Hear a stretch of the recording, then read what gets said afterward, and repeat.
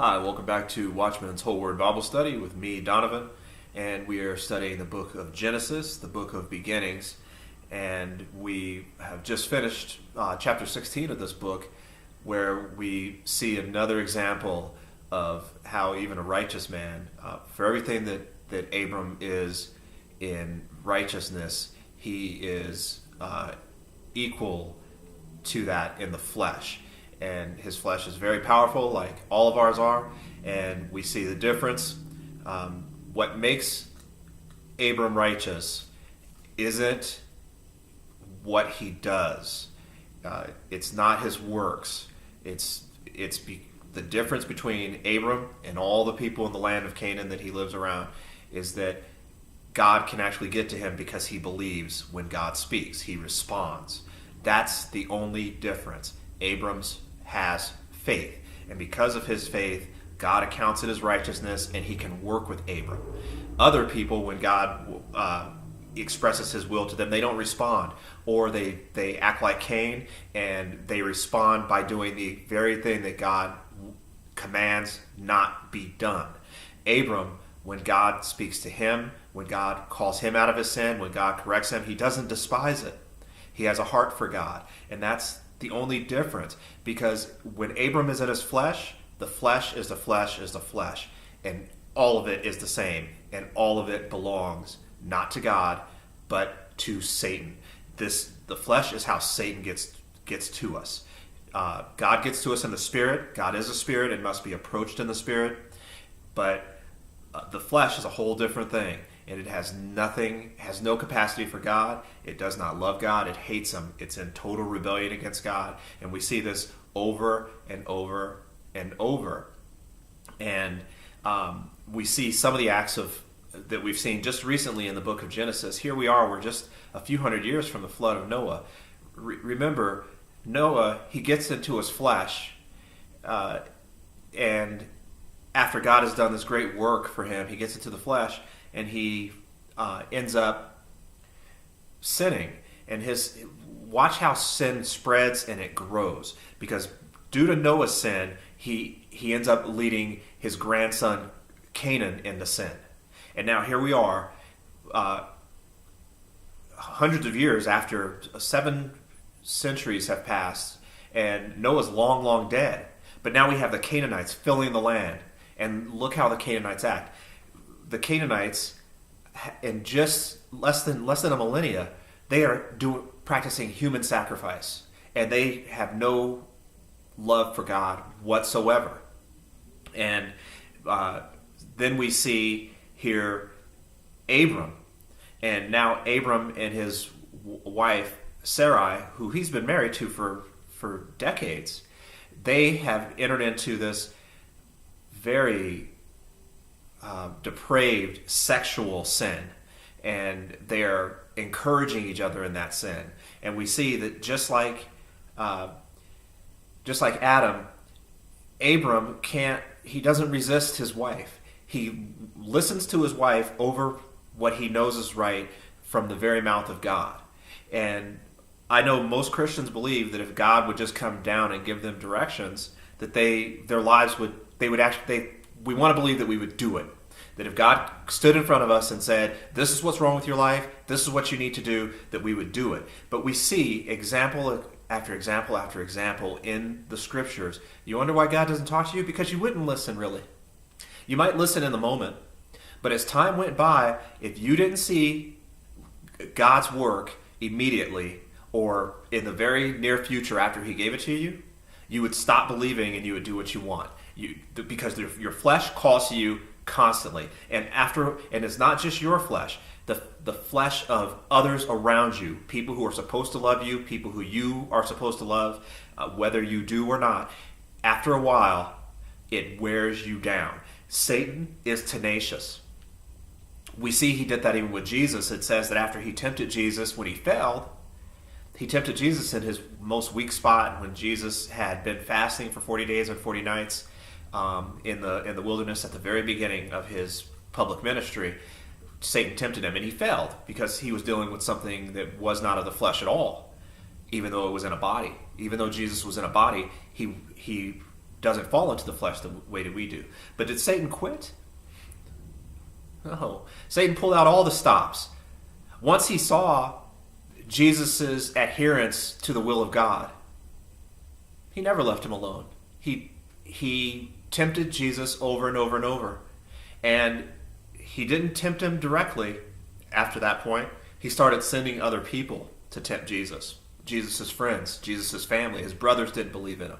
The Pharisees said things like, you're the one who was born of an immoral sexual affair. Your mother's a whore. And his disciples turned against him when they heard his teachings. They walked away from him, and one betrayed him to death. So this is how Satan works. Your flesh, unless you're Jesus Christ, your flesh hears the voice of Satan, and it can't hear the voice of God. And nobody wants to believe that, but I don't know why. All your experiences. Look at your children. Look at your children. They respond to their flesh all day long. All day long. Look at your spouse. Look at your parents. If your parents stayed together, how many times did you see your parents fight over worldly, fleshly things? And how many of your parents didn't stay together? I'll confess it. My mother tried to kill my dad. She destroyed the man. She obliterated him for her flesh. And with him, so went her whole family, me included. And all so that she could satisfy her flesh. So we see this over and over. And here we are with Abram. He's called out of the land of his fathers because God has a plan for him, and God tells him directly that he has a plan for him. And not only does he have a plan for him, he has a plan for his wife. And Abram responds. Every time God speaks to him, he responds. But then as soon as he parts himself from God, or allows others to part him from God, he falls into the flesh, he falls into sin. And Satan gets to him. He ends up doing things like he goes to Egypt looking for food. And then he sees his wife get taken and made really into a prostitute for the king of Egypt. But what is Abram doing while his wife is in the harem of Pharaoh? He's not crying. He's not praying. He and Lot are walking around enjoying the riches and the worldly pleasures of Egypt. And he's amassing money. And God has to come in and intervene because Abram's not doing anything. He's not crying over his wife at all. Abram would have just went and found another woman. And why does Abram have this attitude towards Sarah? Because clearly she's beautiful, remarkably beautiful, stunningly beautiful. So beautiful that when men see her, if they can,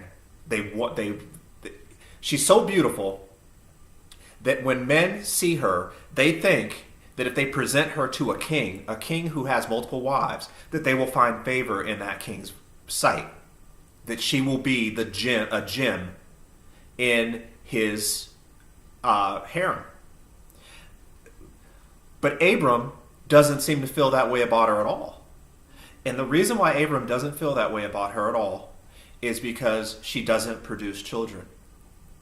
And that is really the only reason to have a wife in this day and age. Women don't work. They don't produce money.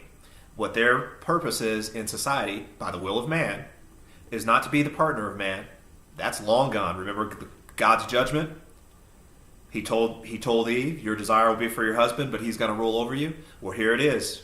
Abram and Sarai are a great, almost textbook example of that judgment. Abram doesn't see any value in Sarai because she doesn't produce children. And for both of them, in this society, in this day and age, it's shameful that she's barren. And so it's like having a cow that doesn't produce milk. It's like having a donkey with a lame leg. It's like having a weak oxen that can't pull a cart. There's no point. So, and that's how Abram feels about his wife Sarai. So both of them start to think. Now, God is stringing this out. Abram knows that God has a plan to bring children into the world through his wife. But as he goes through life and he gets older, he's in his 80s now, and at this point in chapter 17. And his hair is gray. He's growing old. His wife Sarah, though beautiful, is growing old. They still don't have children. He doesn't believe God. Satan gets to him. Time has made him start to think. Every year that passes, he looks at his wife. He thinks about God's promise, and he thinks it's impossible. How can God fix this? How can God do this? She's barren. She can't have kids. I've been with her for years. And he never really seems to consider the fact that it might be him that's barren. And we're going to see that gets worse. Because Sarai, she wants to control her husband so bad that she sees a situation that she knows is evil and sinful. Her husband is looking at another woman, a girl in her household, Hagar, her servant. And Sarai looks at that, and she's so desperate to control her husband and manipulate the situation, she doesn't try to correct her husband in kindness and love. She doesn't go to God. She doesn't go to her husband and say, hey, I think that maybe it's bad for us to have this young girl in our household. Nope. She sees what Abram eyeing her servant, and she decides, I can manipulate him sexually. And I can get a kid, and I can manipulate him through this kid. She doesn't actually want the child. She's pretending that what she's doing is noble so that she can have her sin and still walk around saying what a good woman she is. And Abram, he goes right along with it. All he wants is to sleep with this young woman. And he's going to pretend that he's doing it to please his wife and to help God out and produce a child so that God could build a nation like he made a covenant. And this is the reason why the covenant that God made with Abram, this is why Abram was put to sleep. Because you see how Abram failed already. We don't have the faithfulness to enter into a covenant with God who never changes. This is the reason why in your life you can't in your flesh live the Christian life. You fail every day. As soon as you wake up, you're going to fail. So God isn't asking you to do it. The work of God, Jesus tells us, is to believe. And then he does the rest, because if the rest was left to us, look at what we make everything into. We pollute everything that we come in contact with. Every single thing. So when we start to live the Christian life, it is the work of the Holy Spirit in us. Jesus living through us. And it has nothing to do with any of our works. If we were sick, let me use an extreme example. If we were captured by the Taliban, and we were in a prison camp being tortured every day, and we had been atheists up to that point, and at some point we saw Jesus and we saw the sins in our lives and we repented and we were saved, Jesus would begin to live in us and he would live through us from that moment on. And if they killed us, it wouldn't be because of anything. We would be saved not because of anything that we did. We couldn't do anything. We're in a Taliban prison camp. We've done no works at all. It would just be because we believed. That is the end of our work, a willingness to believe. So now we see that they're in this gross sexual situation. They've gotten this young slave girl pregnant, and they're both into it. Both of them are into it. It's just a perverse situation. And it's all for the flesh. And they can pretend that it's noble all they want to. It's a lie. And as soon as it happens, Abram, his attitude is, okay, well, I've had the young girl experience, and now you can get rid of her. And Sarai hates a woman who has lived in her household and cared for her and done her bidding for a decade. And now Sarai hates her guts. And Sarai doesn't want her kid. And we're going to see what type of person Sarai is. And we see what type of man Abram is. Now he's done. Right? He doesn't want another wife. And now these two women are fighting with each other. and he doesn't want any part of it. He doesn't want any part of it. And Sarai's not the type of woman to defer or to do what's right, as we can see. But you notice that Abram did not hearken to the voice of God. He hearkened to the voice of his wife. Just like God said in would be how the separation between men and women trying to control their husbands and their husbands ruling over them. That's exactly what is happening to this couple. Abram runs roughshod over his wife, and all she wants is to control him and get some affection out of him, and he doesn't have it for her. So let's get into chapter 17 and watch the first thing God says, because Abram is in this state of sin, and God is tired of watching it. So watch what God says to Abram and watch how Abram reacts. This is the only difference between a righteous man and a godless man. Because right now, the way Abram is living, you could swap Abram for Nimrod. You can swap him for Pharaoh. You can swap him for Nebuchadnezzar. You can swap him for Caligula, Nero. Put the president that you want to put in there, Clinton, Bush, Trump, Obama, Putin. You could put any of them in there, Saddam. You could put any leader in there, and you can see that the way Abram is living, you can't tell the difference between him and Abram, a man of righteousness, and all the godless people that you can think of. He's living just the same. So let's get into the text. This is chapter 17, verse 1. When Abram was 99 years old, the Lord appeared to Abram and said to him, I am God Almighty. And watch what he tells him here. Walk before me and be blameless, that I may make a covenant between me and you, and may multiply you greatly. So he's saying, right now, Abram, the way you're living, I can't use you at all. You're useless to me. All you are is a pile of satanic, evil, do-nothing flesh. So here God comes, and he corrects Abram very pointedly. And this is how Abram reacts, and this is important. This is righteousness. This is repentance. Then Abram fell on his face. Abram knows. He responds to the word of God in kindness and in love. He knows that he's wrong. He doesn't justify it. He doesn't blame Sarai, his wife. He doesn't say all the people around me are doing this, so it's okay. He remember how Adam acted?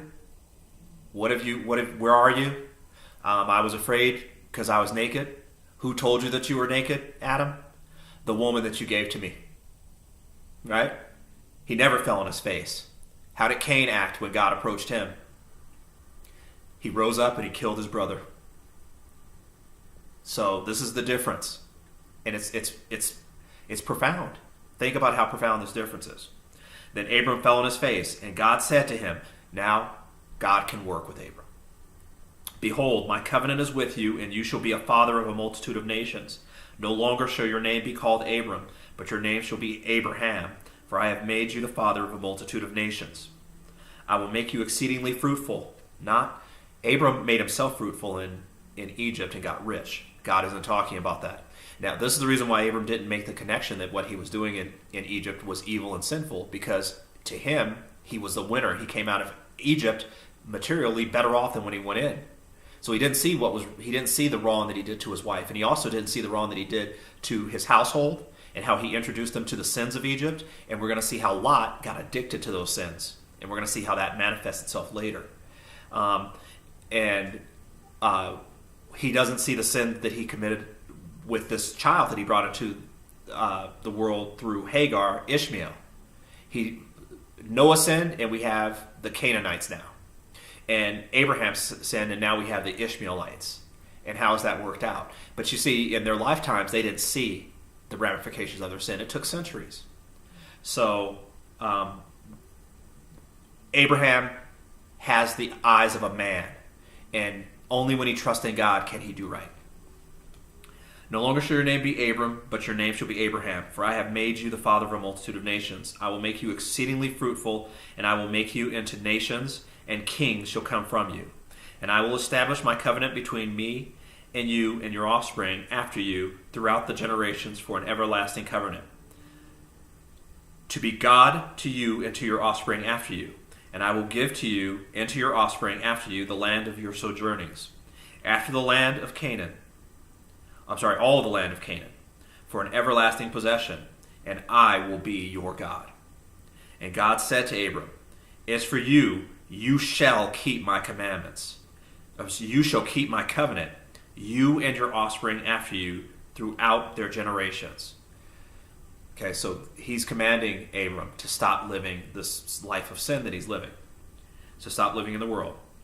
And here's God's covenant. This is very important because God is going to give him a demonstration of how useless his flesh is, and he's going to afflict his flesh and make it a sign of how we have to part ourselves from the flesh because we can't walk with God and walk in the flesh. Verse 10, this is my covenant which you shall keep between me and you and your offspring after you. Every male among you shall be circumcised. You shall be circumcised in the flesh of your foreskins, and it shall be a sign of the covenant between me and you. So why does God use circumcision as a sign? Because think of Abram's sin at this point. What type of sin is it? It's sexual sin. He's going into this woman who isn't his wife over and over and over again. And they're abusing this woman. They're afflicting her and abusing her for sexual pleasure. And all of them are into it. Sarai likes the situation. And she's the one who started it. And the man is supposed to be ahead of the woman. So God tells the man, I'm going to put a symbol in your flesh that you are to separate yourselves, your flesh, from this world and stop listening to your wives. See, there's nothing in here about women. Women are to be excised from the world through their husbands. Their husbands are supposed to lead them spiritually. And men are supposed to go to God. And Abram has this all upside down. He's listening to his wife, and he's in his flesh. And he's become, like his wife, a slave to his flesh. So this is the reason why God forms this covenant. Verse 12, he who is 8 days old among you shall be circumcised, every male throughout your generations, whether born in your house or brought with your money from any foreigner who is not of your offspring. Both he who is born in your house and he who is brought with your money shall surely be circumcised. So shall my covenant be in your flesh, an everlasting covenant. My covenant in your flesh. God showing his dominion over the flesh. Any uncircumcised male, here's the other side of the coin, any uncircumcised male who is not circumcised in the flesh of his foreskin shall be cut off from his people. He has broken my covenant. Now this was given to Abraham, who is an offspring, he's Semitic. And this is to go through his generations, the Jews. This isn't for the offspring of Japheth, Shem's brother, and this is not for the offspring of Ham, Shem's brother. This is for the offspring, the lineage of Shem, who God is creating a covenant because through them, our salvation comes. Through them, Christ, our Savior, comes. So that's the reason why God is making this covenant in the flesh. Now, he made a covenant already with Abraham, and Abraham despised it. He despised it. The more time went on, the more Abraham fell into the flesh and told himself he misheard God, or he just ignored what God had said and lived the way he was living. You see, waiting for the Lord is the hardest thing ever, and the waiting brought Abram down to his knees, and it led Abram to do whatever it is he wants to do, because that's Abram's will. He's a very strong-willed person. He does whatever he wants to do. So let's move forward. And God said to Abraham, as for Sarai, your wife, you shall not call her name Sarai, but Sarah shall be her name. I will bless her, and moreover, I will give you a son by her. I will bless her, and she shall become nations. Kings of peoples shall come from her. Then Abraham, now notice, he doesn't give this to sinning Sarah. He gives it to her husband. Her husband. Because Sarah probably wouldn't respond in love and kindness. She probably wouldn't respond to the voice of God. And I say that for a reason, and we're going to see that reason pretty soon. The type of person she is, she's not like her husband. She's not righteous. When she is confronted by God. She continues to believe whatever it is her flesh is telling her and what she wants to believe. So he gives this promise not to Sarah. He gives it to Abraham. Then Abraham fell on his face. Again, he worships. Again, he repents. And laughed and said to himself, but he misunderstands. Shall a child be born to a man who is 100 years old? So here we see another 14 years have passed since the 13 years have passed since the birth of Ishmael through Hagar. Who is 100 years old, shall Sarah, who is 90 years old, bear a child? And Abraham said to God, "Oh, that Ishmael might live before you." So he thinks that he wants Ishmael, his son, to inherit this promise. But that was never God's plan. Ishmael shouldn't even be alive. God said, "No, but Sarah your wife shall bear you a son, and you shall call his name Isaac. Isaac means laughter. I will establish my covenant with him as an everlasting covenant for his offspring after him. As for Ishmael, I have heard you. Behold, I have blessed him and will make him fruitful and multiply him greatly." Now, remember, he gave this promise to Ishmael's mother, Hagar. And notice how Hagar is, in that moment at least, she's an Egyptian, and she was closer to God than Sarah was. Because when God came to and found Hagar out in the wilderness with no place to go, pregnant, she responded. And she said, "You are truly the God who watches over me." She knew who God was, and she responded despite her pagan upbringing. But Sarah's not that kind of woman at all. Sarah's not that kind of woman. Ishmael shall father 12 princes, and I will make him into a great nation. So, and that's true. We still have the Ishmaelites right now. Saudi Arabians, the people from places like Iran, Iraq, all these nations that we see in the news, they're all descendants of Abraham through Ishmael. "But I will establish my covenant with Isaac, whom Sarah shall bear to you at this time next year." Not because Sarah deserves it, not because she's righteous, right? But because God has a plan, and he's going to see it through. When he had finished talking with him, God went up from Abraham. So now Abraham is in a place of danger again, because now he's not in the presence of God, and we see the types of things that Abraham does when he's not in the presence of God. "Then Abraham took Ishmael his son, and all those born in his house, or bought of his money, every male among the men of Abraham's house, and he circumcised the flesh of their foreskin that very day, as God had said to him. Abraham was 99 years old when he was circumcised in the flesh of his foreskin. And Ishmael his son was 13 years old when he was circumcised in the flesh of his foreskin. That very day Abraham and his son Ishmael were circumcised, and all the men of his house, those born in the house and those bought with money from a foreigner, were circumcised with him." So why did God wait until Abraham was 100 years old? Because look at how Abraham acted in his youth. Look at what he was doing. Because God couldn't see the difference in Abraham's flesh between him and all the Canaanites and all the Chaldeans that he had called them out of the land of, and all the Egyptians and the Sodomites. God couldn't see the difference. So he had to string Abraham out and temper his flesh with age so that Abram could respond. He couldn't do it when Abraham had all the strength of his body and his hair was dark. He had to wait. He had to wait. Couldn't use Abram because Abram was a self-willed man and a sinful man. He had a heart for God, but he was upside down. He wasn't being led by the Spirit. He was being led in the flesh. And it shows over and over in the stories that we have about Abram. Abram, all the things that we remember about Abram, all the lasting fruit, everything that endured about Abram was done through God in the Spirit.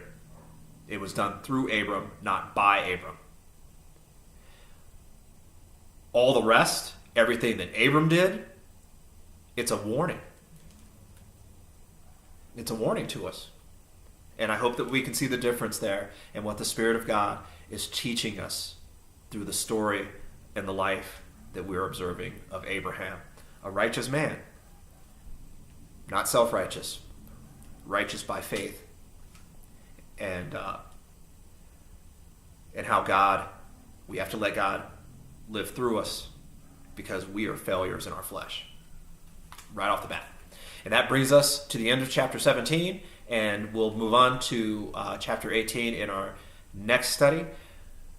Keep heeding the call, and keep yourself in the love of Christ. Have a great, blessed day, folks. Take care.